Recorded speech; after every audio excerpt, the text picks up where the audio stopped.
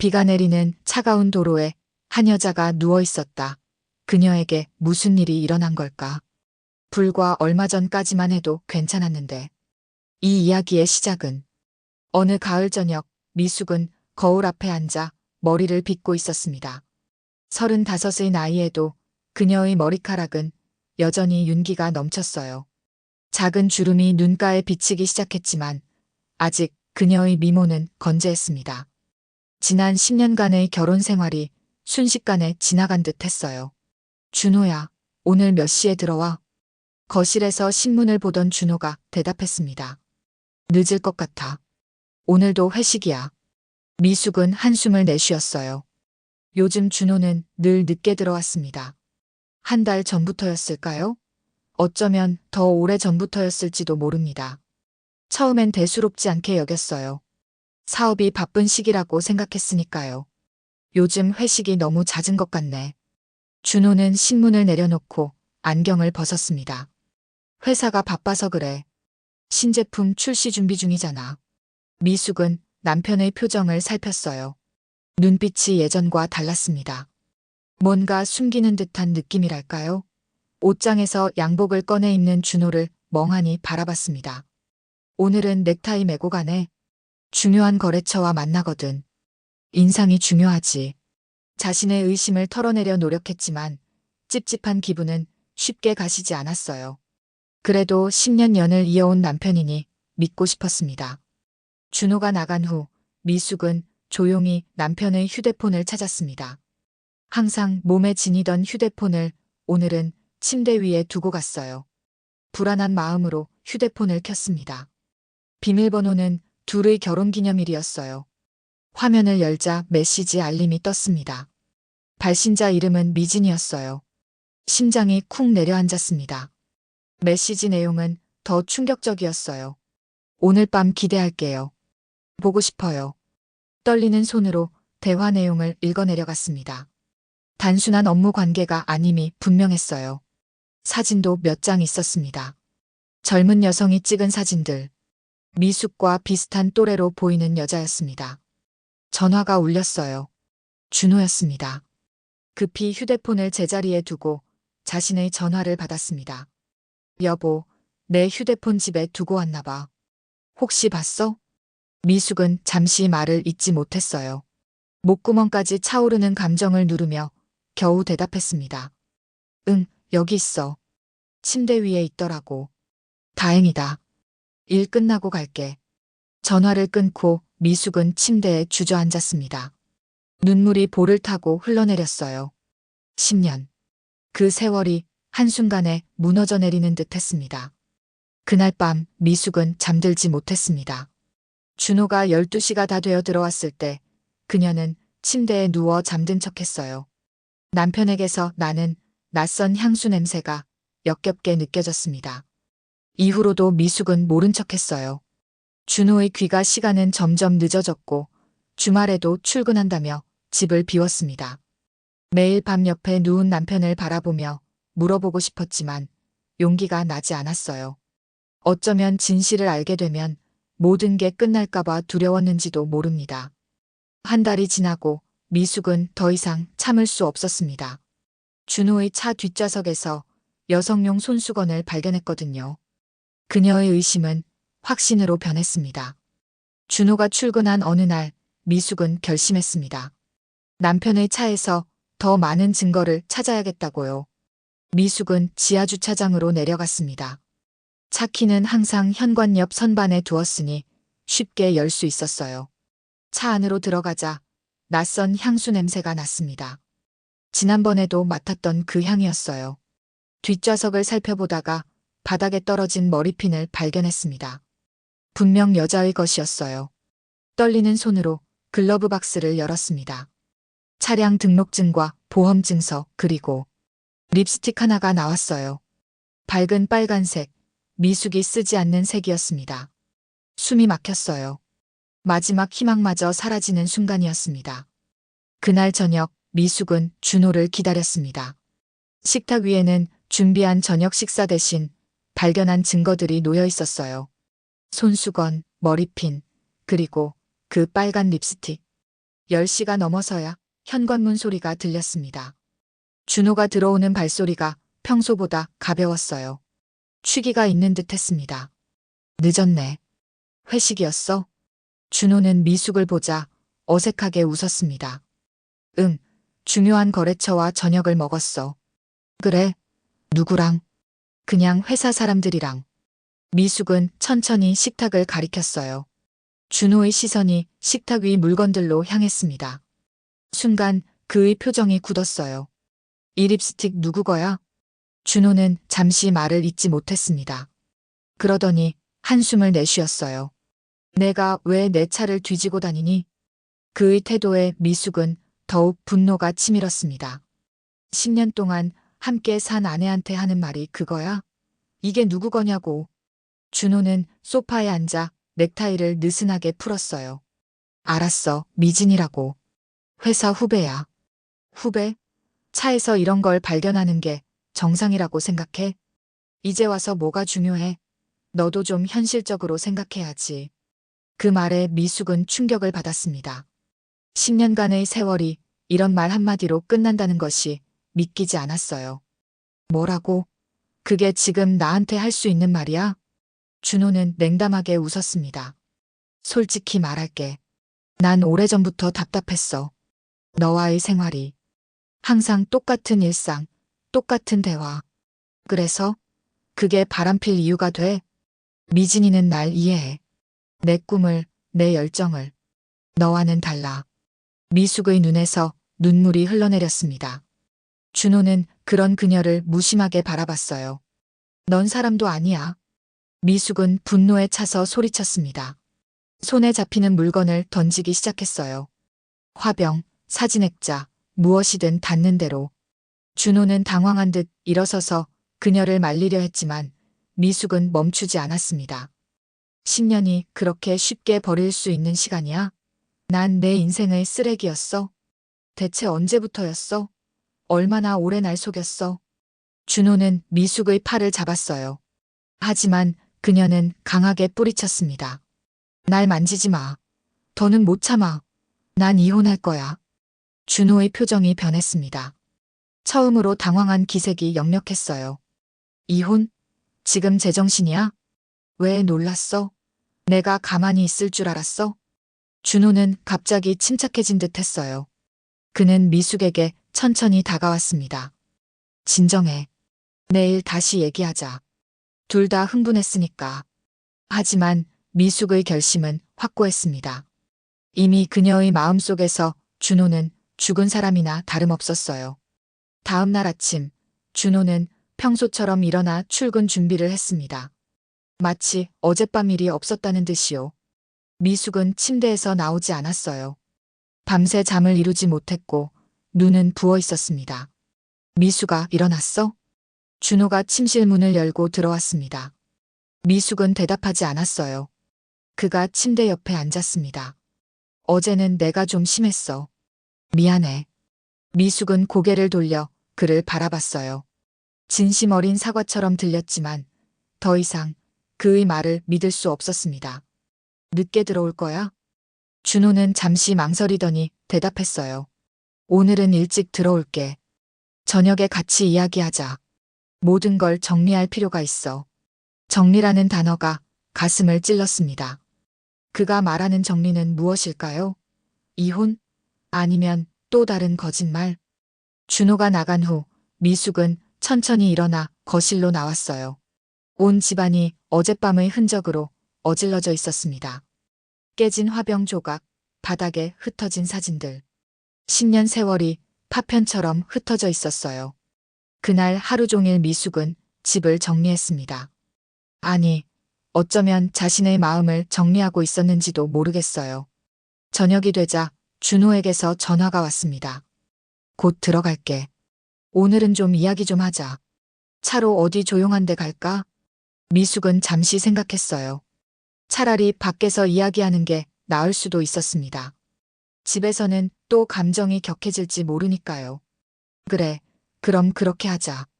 준호가 돌아왔을 때 미숙은 이미 준비를 마친 상태였습니다. 단정하게 차려입고 평소보다 짙게 화장을 했어요. 약한 모습을 보이고 싶지 않았거든요. 차에 오르자 낯익은 향수 냄새가 코를 찔렀습니다. 미진의 향기였어요. 미숙은 말없이 창밖을 바라봤습니다. 어디로 갈까? 준호가 물었어요. 미숙은 고개만 저었습니다. 아무데나 괜찮아. 그냥 달리자. 준호는 차를 출발시켰고 그들은 도심을 벗어나 한적한 지방도로로 접어들었습니다. 늦은 밤이라 차가 거의 없었어요. 비가 내리기 시작했습니다. 할 말 있다며. 미숙이 침묵을 깼어요. 준호는 운전에 집중한 채 천천히 말을 이었습니다. 우리 이혼하자. 짧지만 명확한 한마디였어요. 미숙은 이미 예상했지만 막상 들으니 가슴이 찢어지는 듯 했습니다. 그래, 그게 내 결론이구나. 미안해. 하지만 이제 우리는 서로에게 맞지 않아. 내가 모든 재산의 절반을 줄게. 집도 내가 가져. 난 그냥 자유롭게 살고 싶어. 비는 점점 더 거세게 내렸어요. 와이퍼가 빠르게 움직였지만 시야는 흐려졌습니다. 미진이랑 살 거야? 준호는 대답하지 않았어요. 그의 침묵이 모든 것을 말해주었습니다. 차라리 솔직하게 말해. 더 이상 감출 것도 없잖아. 그래, 미진이랑 새 출발할 거야. 미안해. 미숙은 갑자기 웃음을 터뜨렸어요. 비통한 웃음이었습니다. 미안하다고? 10년을 한마디로 정리하네. 참 쉽구나. 준호는 점점 속도를 올렸습니다. 비에 젖은 도로 위로 타이어가 미끄러지기 시작했어요. 좀 천천히 가. 이야기 좀 하자. 정리할 건 정리해야지. 준호의 말이 이어지는 순간 갑자기 앞에서 불빛이 비쳤습니다. 마주오는 차였어요. 준호가 급하게 핸들을 꺾었고 차는 통제력을 잃었습니다. 조심해. 미숙의 비명과 함께 쾅. 차는 가드레일을 들이받았습니다. 미숙은 머리를 강하게 부딪혔고 의식이 흐려졌어요. 마지막으로 본 것은 피가 흐르는 자신의 손이었습니다. 얼마나 지났을까요? 미숙이 희미하게 의식을 되찾았을 때 준호는 차 밖에 서 있었어요. 그는 잠시 차 안을 들여다보더니 결심한 듯 조수석 문을 열었습니다. 준호야. 도와줘. 미숙의 목소리는 너무 작아 들리지 않았을 거예요. 준호는 그녀를 바라보며 한숨을 내쉬었습니다. 그리고는 놀랍게도 그녀를 밖으로 끌어내기 시작했어요. 뭐 하는 거야? 준호는 미숙의 몸을 도로 옆으로 밀어냈습니다. 비가 그녀의 얼굴을 때렸어요. 그는 마지막으로 그녀를 내려다보며 속삭였습니다. 미안하다. 하지만 난 이제 자유로워야 해. 준호는 차로 돌아가 시동을 걸었고 그대로 사라졌습니다. 미숙은 의식이 다시 흐려지는 것을 느끼며 차가운 도로 위에 누워 있었어요. 비는 계속해서 내렸고 밤은 깊어갔습니다. 이봐요. 거기 괜찮으세요? 어둠 속에서 누군가의 목소리가 들렸습니다. 미숙은 간신히 눈을 떴지만 아무것도 보이지 않았어요. 온몸이 아팠고 머리는 지끈거렸습니다. 살아있네요. 움직이지 마세요. 지금 구급차 부를게요. 그 목소리의 주인공은 지나가던 트럭 기사였습니다. 새벽 2시 그는 먼 거리에서 도로 옆에 쓰러진 사람을 발견했어요. 처음에는 그냥 지나치려 했지만 양심이 그를 멈추게 했습니다. 들리세요? 괜찮으세요? 미숙은 대답하려 했지만 목소리가 나오지 않았어요. 의식이 자꾸 흐려졌습니다. 마지막으로 들은 것은 구급차 사이렌 소리였어요. 다음에 눈을 떴을 때 미숙은 병원 침대 위에 누워 있었습니다. 하얀 천장, 소독약 냄새, 그리고 규칙적인 기계음. 그녀는 천천히 주변을 살폈어요. 안녕하세요. 깨어나셨군요. 간호사가 환하게 웃으며 다가왔습니다. 여긴 어디죠? 강원도 지역병원입니다. 사고 당하셨어요. 다행히 생명에는 지장 없어요. 미숙은 혼란스러웠어요. 사고? 무슨 사고? 제 이름은 뭐죠? 간호사의 표정이 걱정스러워졌습니다. 기억이 안 나세요? 신분증이 없어서 저희도 모르고 있어요. 미숙은 머리를 짚었어요. 통증이 느껴졌습니다. 무언가를 기억하려 했지만 마음속은 텅 비어 있었어요. 잠시 후 의사가 들어왔습니다. 의식이 돌아오셨군요. 다행입니다. 미숙은 간절한 눈빛으로 물었어요. 제가 누군지 기억이 안 나요. 왜 이러는 거죠? 의사는 차트를 살펴보며 설명했습니다. 두부 외상으로 인한 기억상실 증상이 있는 것 같네요. 머리를 강하게 부딪히셨어요. CT 촬영 결과 출혈은 없지만 뇌진탕 증세가 있습니다. 기억. 언제 돌아와요? 사람마다 다릅니다. 일부만 잃어버리는 경우도 있고 영구적인 경우도 있어요. 하지만 대부분은 시간이 지나면 회복됩니다. 미숙은 두려움에 떨었어요. 자신이 누구인지도 모른 채 이 낯선 세상에서 어떻게 살아가야 할지 막막했습니다. 다음 날 그녀를 구해준 트럭 기사가 병실을 찾아왔어요. 안녕하세요. 기억나세요? 제가 어젯밤에 도와드렸어요. 미숙은 고개를 저었습니다. 죄송해요. 아무것도 기억나지 않아요. 트럭 기사는 자신을 소개했습니다. 전 김성호라고 합니다. 오늘 아침에도 그 자리에 가봤는데 차나 다른 흔적은 없더라고요. 혹시 누가 고의로 버리고 간 건 아닐까 싶어서요. 미숙의 마음에 희미한 불안감이 일었어요. 고의로? 누가 그녀를 버렸다는 걸까요? 경찰에 신고는 했어요? 성우가 물었습니다. 네, 병원에서 신고했어요. 하지만 신원 확인이 안 돼서 수사가 쉽지 않대요. 성우는 잠시 생각하더니 결심한 듯 말했습니다. 제가 좀 도와드릴게요. 지금 형편이 어떨지 모르지만 퇴원하시면 당분간 저희 식당에서 일하실래요?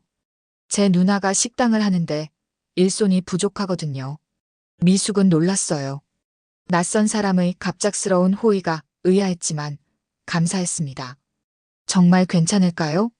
네, 괜찮아요. 밥은 걱정 말고요. 기억이 돌아올 때까지만 있다가 가셔도 돼요. 미숙은 가만히 생각했습니다. 지금 상황에서 다른 선택지가 있을까요? 자신이 누구인지도 모르는데 어디로 가야 할지도 알 수 없었어요. 감사합니다. 그럼 신세 좀 질게요. 2주 후 미숙은 퇴원했습니다. 의사는 특별한 치료 방법은 없으니 일상생활을 하면서 기억이 돌아오기를 기다리라고 했어요. 경찰도 별다른 단서를 찾지 못했습니다. 사고 현장 근처에서 차 파편만 발견됐을 뿐 차량이나 운전자는 찾지 못했어요. 성우는 약속대로 그녀를 자신의 집으로 데려갔습니다. 작은 시골 마을에 있는 식당이었어요. 성운의 식당이라는 수수한 간판이 걸려 있었습니다. 여긴 강원도 작은 마을이에요. 사람들이 순박해서 금방 적응하실 거예요. 성우의 누나 영희는 미숙을 반갑게 맞아주었습니다. 이름이 기억나지 않으시면 새 이름을 지어드릴까요? 미숙은 고개를 끄덕였습니다. 새로운 시작, 새로운 이름이 필요했어요. 그럼 미정은 어때요? 아직 정해지지 않았다는 뜻도 있고 그렇게 그녀는 미정이라는 새 이름을 갖게 되었습니다. 지난 삶의 기억은 없지만 새로운 삶이 시작된 것이었어요. 미정으로 불리게 된 미숙은 성운의 식당에서 새 생활을 시작했습니다. 처음에는 모든 것이 어색했어요. 설거지를 하다 물을 엎지르기도 하고 주문을 받다 헷갈리기도 했습니다. 하지만 영희는 인내심을 가지고 그녀를 가르쳐 주었어요. 괜찮아요, 미정 씨. 천천히 배우면 돼요. 영희의 따뜻한 말에 미정은 용기를 얻었습니다. 시간이 지날수록 식당 일에 익숙해졌고 요리도 배우기 시작했어요. 놀랍게도 그녀의 손에는 요리 솜씨가 있었습니다. 어쩜 이렇게 칼질을 잘하세요? 전생에 요리사 하셨나 봐요. 영희가 감탄했지만 미정은 쓸쓸하게 웃기만 했어요. 전생이라. 자신의 과거가 무엇이었는지 알 수 없었으니까요. 밤이면 미정은 종종 악몽을 꾸었습니다. 비 내리는 도로, 자동차 불빛, 그리고 누군가의 차가운 눈빛. 하지만 꿈에서 깨면 모든 기억이 안개처럼 사라졌어요. 그녀는 자신의 과거를 찾기 위해 노력했지만 머릿속은 여전히 텅 비어 있었습니다. 한 달이 지나고 미정은 식당의 중요한 일원이 되었어요. 특히 그녀가 만든 된장찌개는 마을 사람들 사이에서 유명해졌습니다. 미정 씨 된장찌개는 어머니 손맛이 나요. 단골 손님의 말에 미정은 가슴이 따뜻해졌어요. 어머니라. 그녀에게도 어머니가 있었겠지요? 가족은 어떤 사람들이었을까? 그들은 지금 그녀를 찾고 있을까요? 어느 날 성호가 그녀에게 월급 봉투를 건넸습니다. 첫 월급이에요. 많지는 않지만. 미정은 감격해서 봉투를 받았어요. 새 인생의 첫 수입이었습니다. 고마워요, 성호 씨. 이렇게 도와주셔서. 성호는 손사래를 쳤습니다. 아니에요. 오히려 제가 고마워요. 미정 씨가 오신 뒤로 식당이 더 활기차졌거든요. 그날 저녁 미정은 자신의 방에서 거울을 보았습니다. 누군지 모를 젊은 여성이 그녀를 바라보고 있었어요. 이마의 작은 상처, 목의 흉터, 그리고 슬픈 눈빛. 그녀는 자신에게 물었습니다. 나는 누구일까? 이제 미정으로서의 삶이 편안해졌지만 가끔씩 찾아오는 불안감은 떨칠 수 없었어요. 무언가 중요한 것을 잊고 있다는 느낌, 누군가가 그녀를 기다리고 있다는 느낌이었습니다. 계절이 바뀌고 1년이 지났습니다. 미정의 머리카락은 조금 길어졌어요. 그녀는 이제 마을의 일부가 되었습니다. 아이들은 그녀를 미정 이모라고 불렀고 노인들은 그녀의 요리를 좋아했어요. 성호와 영희는 가족과 같은 존재가 되었습니다. 미정 씨, 이제 기억 찾는 거 포기하셨어요? 어느 날 영희가 조심스럽게 물었습니다. 미정은 잠시 생각하다 대답했어요. 글쎄요. 가끔은 궁금하지만 지금 이 삶도 나쁘지 않아요. 여러분이 있으니까. 영희는 미소 지었습니다. 우리도 미정 씨가 있어 행복해요. 그렇게 또 1년이 흘렀고 세 번째 해가 시작되었습니다. 미정은 완전히 새로운 사람이 되었어요. 과거의 기억은 여전히 없었지만 새로운 추억들로 마음이 채워져 갔습니다. 어느 날 손님이 식당에 들어왔어요. 정장을 차려입은 30 중반의 남성이었습니다. 어서 오세요. 미정이 환하게 웃으며 맞이했습니다. 남자는 잠시 그녀를 주의 깊게 바라보더니 자리에 앉았어요. 된장찌개 하나 주세요. 미정은 능숙하게 음식을 준비했습니다. 남자가 식사를 하는 동안 그녀는 주방에서 다른 손님들의 음식을 준비했어요. 식사를 마친 남자가 계산대로 다가왔습니다. 맛있게 드셨나요? 네, 아주 좋았습니다. 혹시 물어볼 게 있는데요. 남자는 명함을 꺼내 그녀에게 건넸어요. 저는 보험회사 조사관 이진우입니다. 혹시 박준호 씨 아내분 아니세요? 미정은 순간 얼어붙었어요. 박준호? 그 이름이 왜 이렇게 낯설면서도 익숙한 걸까요? 뭐라고요? 3년 전 교통사고 보험 건의 아직 미결이에요. 남편분이 그때 실종 신고를 냈거든요. 순간 미정의 머릿속에서 무언가가 깨지는 소리가 들리는 듯 했어요. 마치 두꺼운 얼음이 갈라지는 것처럼. 박준호. 그 이름을 말하는 순간 기억이 파도처럼 밀려왔습니다. 10년의 결혼 생활, 배신, 그리고 그 비 내리는 밤의 사고까지 모든 것이 선명하게 떠올랐어요. 미정, 아니 미숙의 손이 떨려왔습니다. 그릇을 잡고 있던 손에서 힘이 빠졌고 그릇이 바닥에 떨어져 깨졌어요. 괜찮으세요? 진우가 걱정스럽게 물었지만 미숙의 귀에는 들리지 않았습니다. 머릿속이 하얘졌어요. 너는 날 버렸어. 사고였어. 미숙은 중얼거렸습니다. 진우는 혼란스러운 표정으로 그녀를 바라봤어요. 기억이 돌아오셨나요? 미숙은 고개를 들어 그를 바라봤습니다. 이제 그녀의 눈빛은 달라져 있었어요. 혼란스럽고 슬픈 눈빛이 아닌 차갑고 단단한 눈빛이었습니다. 네, 모든 것이 기억나요. 진우는 미숙을 조용한 카페로 안내했습니다. 그곳에서 그는 3년 전 사고에 대해 자세히 설명했어요. 사고 신고는 익명으로 들어왔고 현장에 도착했을 때 박준호 씨는 없었습니다. 나중에 그가 직접 경찰서에 찾아와 아내가 실종됐다고 신고했어요. 미숙은 고개를 끄덕였습니다. 이제 모든 것이 이해가 됐어요. 그는 내가 죽었다고 생각했을 거예요. 아니, 내가 죽기를 바랐겠죠. 그런데 왜 이제서야 저를 찾으신 건가요? 진우는 한숨을 내쉬었어요. 사실 이 사건은 이미 종결 처리될 뻔했습니다. 하지만 최근에 비슷한 유형의 보험 사기건이 있어서 다시 조사하게 됐어요. 그러다 우연히 실종된 분과 비슷한 분이 이 마을에 있다는 소문을 들었죠. 미숙은 쓴웃음을 지었습니다. 보험 사기라. 준호가 내 생명보험금을 타려고 했군요. 네, 1억 원짜리 보험이 있었어요. 하지만 시신이 없어 보험금은 지급되지 않았습니다. 미숙의 가슴 속에서 분노가 끓어올랐어요. 남편은 그녀를 죽이려 했을 뿐만 아니라 그녀의 죽음으로 이득을 취하려 했던 겁니다. 준호는 지금 어디 있나요? 진우는 노트북을 열어 자료를 보여주었어요. 서울에서 작은 회사를 운영하고 있습니다. 보험금은 받지 못했지만 다른 재산은 모두 가져갔어요. 화면에는 준호의 최근 사진이 있었습니다.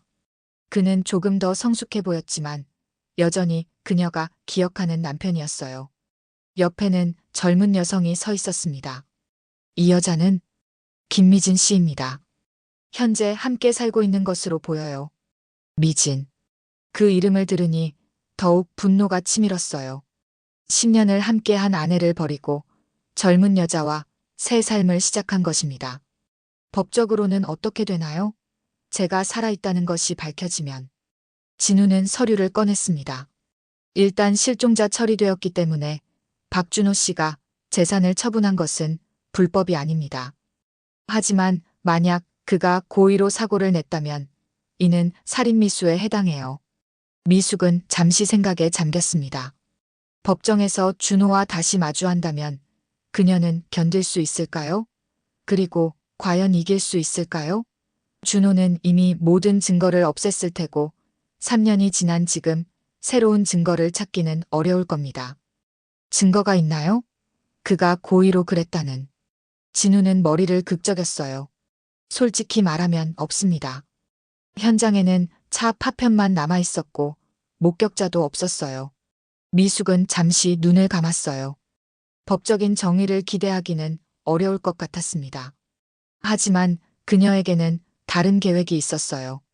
그리고 그 계획을 위해서는 준비가 필요했습니다. USB는 가지고 계세요? 갑자기 미숙이 물었습니다. 진우는 의아한 표정을 지었어요. USB요?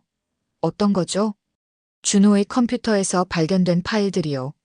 제 보험 관련 문서들. 사실 미숙은 그런 USB가 있는지도 몰랐어요. 하지만 만약 있다면 큰 도움이 될 것 같았습니다. 진우는 잠시 생각하더니 고개를 저었습니다. 그런 건 없습니다만. 혹시 필요하신가요? 미숙은 빠르게 마음을 정했어요. 네, 준비해 주세요. 빈 USB에 몇 개의 더미 파일만 넣어서요. 파일명은 보험, 계약서, 서명 이런 식으로요. 진우는 혼란스러운 듯 했지만 이해했다는 듯 고개를 끄덕였습니다. 그렇게 하겠습니다. 그럼 서울에 가실 건가요? 네, 가봐야겠어요. 제 남편을 만나러요. 다음 날 미숙은 성호와 영희에게 모든 것을 설명했습니다. 처음에 그들은 놀랐지만 곧 이해해 주었어요. 서울에 가셔야 하는 거죠? 성호가 물었습니다. 미숙은 고개를 끄덕였어요. 네, 미정으로서의 삶은 여기서 끝내야 할 것 같아요. 정말 감사했어요, 두 분. 영희는 눈물을 글썽이며 그녀를 안아주었습니다. 언제든 돌아오세요. 이곳은 항상 미정 씨의 집이니까요. 그 말에 미숙도 눈물이 났습니다. 3년 동안 이 작은 마을이 그녀의 안식처가 되어 주었어요. 하지만 이제는 과거와 마주할 시간이었습니다. 떠나기 전날 밤 미숙은 오랜만에 거울 앞에 앉았습니다. 그녀의 얼굴은 3년 전과 달라졌어요. 더 강인해진 눈빛, 더 단단해진 표정. 더 이상 두려움에 떨지 않는 38의 여자가 거울 속에 있었습니다. 준호, 이제 만나러 갈게. 미숙은 작은 가방에 필요한 것들을 챙겼습니다. 성호가 그녀에게 줬던 월급을 모아둔 저금통, 몇 벌의 옷, 그리고 진우가 건네준 USB와 준호의 회사 주소가 적힌 메모. 네, 좋은 지적이십니다. 보험 관련 내용과 경찰 수사 부분이 다소 급박하게 전개되는 느낌이 있습니다. 이 부분을 좀 더 자연스럽고 개연성 있게 수정하는 방향으로 7-8장을 재구성하겠습니다. 서울에 도착한 미숙은 낯설고도 익숙한 도시의 풍경에 잠시 멈춰 섰습니다. 3년 만에 돌아온 서울은 변한 것도 있고 그대로인 것도 있었어요. 마치 그녀의 인생처럼요. 작은 호텔에 짐을 풀고 미숙은 계획을 정리했습니다. 진우가 준 정보에 따르면 준호는 강남의 준호전자라는 작은 회사를 차렸어요. 그곳에서 그를 만나기 전에 미숙은 더 많은 정보가 필요했습니다. 진우 씨, 준호의 일상에 대해 좀 더 알 수 있을까요? 전화로 미숙이 물었어요. 보험 조사 과정에서 알게 된 것들이 있습니다. 박준호 씨는 보통 아침 8시쯤 출근해서 저녁 7시에 퇴근해요. 점심은 주로 회사 근처 식당에서 먹고요. 미진 씨는요? 그 여자도 같은 회사인가요? 네, 회사 마케팅팀에서 일하고 있어요. 둘이 같이 사는 것으로 확인됐습니다. 미숙은 더 구체적인 정보를 물었어요. 준호의 집 주소, 자주 가는 식당, 주말 일정까지. 진우는 가능한 모든 정보를 제공했습니다. 보험 사기 의혹 때문에 상당한 조사가 이루어진 상태였거든요. 다음 날 아침, 미숙은 준호의 회사 앞 카페에서 그를 지켜봤습니다. 8시 15분, 검은색 세단에서 내리는 준호가 보였어요. 그는 여전히 단정한 외모를 유지하고 있었지만 살짝 부쩍 더 프로페셔널해진 느낌이었습니다. 미숙은 심장이 빠르게 뛰는 것을 느꼈어요. 분노, 불안, 아니면 그저 옛 감정의 잔해일까요? 미숙은 그날 하루 동안 준호의 일과를 관찰했습니다. 점심시간에 그는 회사 직원들과 함께 근처 한식당에서 식사를 했어요. 미진도 그 자리에 있었습니다. 미숙은 멀리서 그들을 지켜봤어요. 미진은 미숙보다 약간 어려 보였고 세련된 옷차림이었습니다. 내 자리를 차지한 여자. 미숙은 속으로 중얼거렸지만 이상하게도 미진에 대한 미움보다는 준호에 대한 분노가 더 컸어요. 그녀도 결국 준호의 거짓말에 속은 피해자일 수 있으니까요. 사흘간의 관찰 끝에 미숙은 행동에 옮기기로 결심했습니다. 그녀는 준호의 회사 로비에서 그를 기다렸어요. 오후 회의가 끝나고 준호가 로비로 내려오는 시간이었습니다. 그리고 드디어 준호가 나타났어요. 그는 누군가와 전화 통화를 하느라 주변을 신경 쓰지 않고 있었습니다. 미숙은 천천히 일어나 그의 앞에 섰어요. 준호. 그가 고개를 들었습니다. 처음에는 그저 지나가는 사람인 줄 알았는지 무심하게 바라봤어요. 하지만 순간 그의 눈이 커졌고 얼굴이 하얗게 변했습니다. 전화가 그의 손에서 미끄러져 떨어졌어요. 미정. 아니, 미숙. 오랜만이야. 준호는 말을 잇지 못했습니다. 그의 눈에는 공포가 가득했어요. 마치 유령을 본 것처럼요. 어떻게? 살아있는 거야? 실망이야? 내가 죽었어야 했는데? 그 순간 미진이 회사 문을 열고 나왔습니다. 그녀는 준호 옆에 서서 미숙을 의아하게 바라봤어요. 준호 씨, 누구세요? 준호는 당황한 듯 주위를 둘러봤습니다.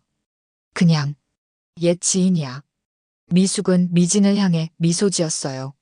안녕하세요, 미진 씨. 전 준호의 아내예요. 미진의 표정이 굳어졌습니다. 그녀는 준호를 의심스럽게 쳐다봤어요. 아내라고요? 무슨? 준호가 급히 끼어들었습니다. 미진아, 먼저 가 있어. 내가 설명할게. 미진은 혼란스러운 표정으로 잠시 망설이다가 다시 회사 쪽으로 돌아갔어요. 로비에는 미숙과 준호만 남았습니다. 여기서 이야기하긴 그렇고 커피숍으로 가자. 미숙은 고개를 저었어요. 난 여기서 할 말만 하고 갈 거야. 미숙아, 날 버린 거 기억나? 사고 현장에서 날 밀어내고 도망간 거? 준호의 얼굴이 더 창백해졌어요. 그는 주위를 불안하게 살폈습니다. 그건 난 내가 이미 죽었다고 생각했어. 거짓말 마. 난 의식이 있었고 내가 날 밀어내는 걸 느꼈어. 내가 한 말도 다 들었어. 자유로워야 한다고 했지? 준호는 말을 잇지 못했어요. 미숙은 가방에서 USB를 꺼내 보였습니다. 이게 뭔지 알아? 그의 눈이 USB에 고정됐어요. 내 컴퓨터에서 찾은 파일들이야. 내가 내 이름으로 위조한 보험 서류, 내 서명을 모방한 기록들. 전부 여기 있어. 물론 USB에는 실제 그런 파일이 없었어요. 그저 진우가 준비한 빈 파일들 뿐이었습니다. 하지만 준호는 그걸 알 리 없었죠. 그런 게 어디 있어. 정말? 내일 경찰서에 가봐야 알겠네. 준호의 이마에 식은땀이 맺혔습니다. 미수가 오해가 있는 것 같은데. 오해? 내가 날 버리고 내 보험금을 타려 했다는 게 오해야? 준호는 주위를 다시 한번 살폈어요. 다행히 로비에는 다른 사람들이 없었습니다. 제발, 여기서 그만해. 우리 어디 가서 얘기하자. 미숙은 쓴웃음을 지었어요. 이제 와서 대화하자고. 10년 결혼 생활, 그리고 그 끔찍한 밤. 모든 걸 한순간에 버린 사람이. 준호는 급하게 미숙의 팔을 잡았어요. 미안해. 정말 미안해. 그땐 내가 미쳤었어. 어떻게 하면 될까? 돈, 얼마면 돼? 미숙은 그의 손을 뿌리쳤습니다. 넌 정말 변한 게 없구나. 그녀는 USB를 다시 가방에 넣었어요. 내일 경찰서에서 만나자. 아니면 지금 당장 같이 갈래? 준호의 얼굴이 공포로 일그러졌습니다. 제발 그러지 마. 내가 다 해결할게. 어떻게? 내가 원하는 걸 줄게. 회사 지분? 아니면 집, 차? 뭐든지. 미숙은 그를 냉정하게 바라봤어요. 난 정의를 원해. 내가 저지른 일에 대한 책임을. 준호는 절망적인 눈빛으로 그녀를 바라봤습니다. 그때 미진이 다시 로비로 나왔어요. 그녀의 표정은 차갑게 변해 있었습니다. 저기, 죄송한데 두 분 이야기 좀 들었어요. 준호 씨, 정말 그런 짓을 한 거예요? 준호는 당황한 듯 미진을 바라봤어요. 미진아, 이건 오해야. 내가 설명할게. 미숙은 조용히 그들을 바라봤습니다. 이제 그녀의 할 일은 끝났어요. 씨앗은 뿌려졌고 이제 그것이 자라나길 기다리면 될 뿐이었습니다. 난 이만 가볼게. 미숙은 준호에게 마지막으로 말했어요. 내 양심에 맡길게. 내일까지. 그녀는 돌아서서 회사 밖으로 걸어나갔습니다. 등 뒤로 준호와 미진이 언쟁하는 소리가 들렸어요. 미숙의 발걸음은 가벼웠습니다. 마치 오랫동안 짊어졌던 짐을 내려놓은 것처럼요. 그날 저녁 미숙은 호텔방에서 창밖을 바라봤습니다. 서울의 밤은 여전히 아름다웠어요. 준호와의 만남은 생각했던 것보다 더 강렬했습니다. 그의 두려움에 찬 눈빛, 미진의 혼란스러운 표정. 모든 것이 그녀의 마음속에서 복잡한 감정을 일으켰어요. 이제 어떻게 해야 하지? 미숙은 진우에게 연락했습니다. 오늘 있었던 일을 간략히 설명했어요. 그럼 진짜 경찰에 신고하실 건가요? 진우가 물었습니다. 글쎄요. 아직 결정 못했어요. 증거가 부족하다면 소용없을 것 같고, 그래도 살인미수 혐의로 조사는 시작할 수 있습니다. 특히 박준호 씨가 심리적 압박을 느끼고 있다면 실수를 할 가능성도 있고요. 미숙은 잠시 생각에 잠겼어요. 준호를 처벌하고 싶은 마음은 강했지만 긴 법적 싸움을 벌일 준비가 되어 있는지는 확신이 없었습니다. 하룻밤 더 생각해 볼게요. 내일 결정할게요. 전화를 끊고 얼마 지나지 않아 미숙의 호텔 방문을 두드리는 소리가 들렸습니다. 조심스레 문을 열자 미진이 서 있었어요. 어떻게 여기를? 준호 씨를 따라왔어요. 그가 여기 와서 당신을 기다리고 있더라고요. 미숙은 놀랐습니다. 준호가 그녀를 찾아온 건가요? 그는 지금 어디 있어요? 로비에서 기다리고 있어요. 하지만 제가 먼저 이야기하고 싶어서요. 미숙은 망설이다가 미진을 방으로 들였습니다. 미진은 긴장한 듯 소파에 앉았어요. 정말 준호 씨 아내 맞으세요? 네. 법적으로는 아직 그래요. 그가 정말 그런 일을 했나요? 당신을 사고 현장에 버리고. 미숙은 천천히 고개를 끄덕였어요. 네, 그랬어요. 3년 전 비 오는 밤이었어요. 미숙은 그날 밤의 일을 차분히 설명했습니다. 사고, 준호가 그녀를 버린 순간, 그리고 기억을 잃고 새 삶을 살았던 3년. 미진은 충격받은 표정으로 이야기를 들었어요. 믿을 수 없어요. 준호 씨가 그런 사람이라니. 당신은 몰랐던 거죠? 미진은 고개를 저었어요. 아니요, 몰랐어요. 준호 씨는 이혼했다고 했어요. 당신이 모든 재산을 가져가서 힘들었다고. 정반대예요. 그가 내 재산을 가져갔죠. 저도 속은 거네요. 침묵이 흘렀습니다. 미진이 먼저 입을 열었어요. 내일 정말 경찰에 가실 건가요? 미숙은 한숨을 내쉬었습니다. 아직 모르겠어요. 증거가 충분할지, 긴 소송전을 감당할 수 있을지. USB에 정말 증거가 있나요? 미숙은 솔직하게 답했어요. 사실, 없어요. 그냥 준호를 압박하기 위한 거였죠. 미진은 잠시 생각하더니 결심한 듯 말했습니다. 제가 증언할게요. 준호 씨가 저에게 한 말들, 모순된 이야기들. 도움이 될지 모르겠지만 진실이 밝혀져야 해요. 미숙은 놀랐어요. 예상치 못한 동맹이었습니다. 정말요? 하지만 당신과 준호는 더 이상은 아니에요. 오늘 모든 걸 알게 된 후로요. 저도 피해자예요. 그가 저에게도 거짓말했으니까요. 두 여성은 한동안 대화를 나눴습니다. 미지는 준호와의 관계, 그가 해온 이야기들, 그리고 오늘 회사에서 있었던 일 이후 그의 이상한 행동에 대해 털어놓았어요. 당신 떠난 후 그는 미친 듯이 컴퓨터 파일들을 지우고 있었어요. 뭔가를 숨기려는 게 분명했죠. 대화가 끝날 무렵 미숙의 전화가 울렸습니다. 진우였어요. 미숙 씨, 큰일 났습니다. 박준호 씨가 방금 경찰서에 자수했어요. 자수요? 왜요?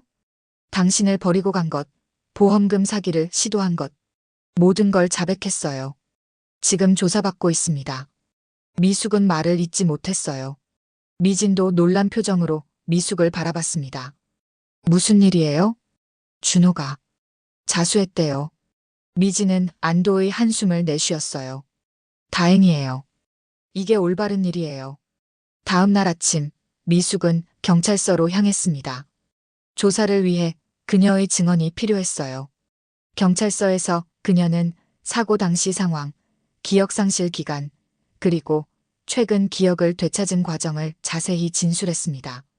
준호 씨는 혐의를 모두 인정했습니다. 그가 제출한 증거와 당신의 증언으로 충분히 사건을 진행할 수 있을 것 같습니다. 담당 형사가 말했어요. 미숙은 가슴이 무거워졌습니다. 법적 정의는 이루어질 테지만 그녀의 마음은 여전히 복잡했어요. 그를 만날 수 있을까요? 경찰의 허락을 받고 미숙은 준호를 면회했습니다. 구치소 면회실에서 만난 준호는 완전히 다른 사람이 되어 있었어요. 수갑을 찬 손, 초췌한 얼굴, 그리고 포기한 듯한 눈빛. 미숙아, 와줘서 고마워. 미숙은 아무 말도 하지 않고 그를 바라봤어요. 난 내게 한 짓에 대해 용서를 구할 자격도 없어. 그냥 이제라도 진실을 말하고 싶었어. 왜 자수한 거야? 준호는 한숨을 내쉬었어요. 너를 다시 보는 순간 내가 얼마나 끔찍한 짓을 했는지 깨달았어. 3년 동안 나를 괴롭혀온 죄책감이 견딜 수 없었어. 미숙은 준호의 말이 진심인지 의심스러웠지만 그의 눈빛에는 진정한 후회가 담겨 있는 것 같았어요. 이제 어떻게 되는 거야? 살인미수, 사기미수. 상당 기간 수감될 거야. 하지만 그게 내가 마땅히 받아야 할 벌이지. 미숙은 깊은 숨을 내쉬었어요. 이상하게도 기대했던 통쾌함 대신 일종의 허무함이 느껴졌습니다. 미진 씨는 그녀에게도 사과했어. 그녀도 내 거짓말의 피해자였으니까. 대화를 마친 후 미숙은 경찰서를 나섰습니다. 밖에서 미진이 기다리고 있었어요.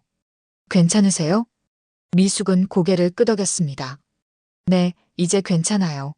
모든 게 끝났네요. 앞으로 어떻게 하실 건가요? 강원도로 돌아갈 거예요. 그곳에 제 새로운 삶이 있거든요. 두 여성은 작별 인사를 나눴습니다. 그들은 이상한 인연으로 만났지만 서로에게 중요한 깨달음을 주었어요. 일주일 후 미숙은 다시 강원도로 향했습니다. 성우와 영희는 그녀를 반갑게 맞이했어요. 그들에게 서울에서 있었던 일을 모두 이야기했습니다. 그럼 이제 어떻게 하실 거예요? 성우가 물었어요. 미숙은 밝게 웃었습니다. 여기서 새 삶을 시작할 거예요. 더 이상 과거에 얽매이지 않고요. 그날 저녁 식당에서 셋이 함께 술을 마셨어요. 미숙은 테이블 위에 법원에서 받은 서류를 올려놓았습니다. 재산 분할 재판이 끝났어요. 드디어 제 몫을 돌려받게 됐어요. 영희가 기뻐했습니다. 그럼 서울로 돌아가실 거예요? 미숙은 고개를 저었어요. 아니요. 그 돈으로 여기 식당을 좀 확장하려고요. 괜찮다면 같이 하실래요? 성우와 영희의 얼굴에 웃음이 번졌습니다. 미숙도 행복하게 웃었어요. 인생의 가장 어두운 순간에서 시작된 여정이 이제 새로운 희망으로 이어지고 있었습니다. 식당 텔레비전에서는 준호의 재판 소식이 나오고 있었어요. 미숙은 그 뉴스를 바라보며 조용히 중얼거렸습니다. 이제 정말 끝났어. 그녀의 마음은 이상하게도 평온했습니다. 복수의 쾌감보다는 해방감이 더 컸어요. 이제 그녀는 온전히 자신의 삶을 살 수 있게 되었으니까요. 난 이제 아무에게도 버려지지 않아. 오늘의 이야기는 여기까지입니다. 여러분의 구독과 좋아요는 영상 제작에 큰 힘이 됩니다. 구독과 좋아요 부탁드립니다.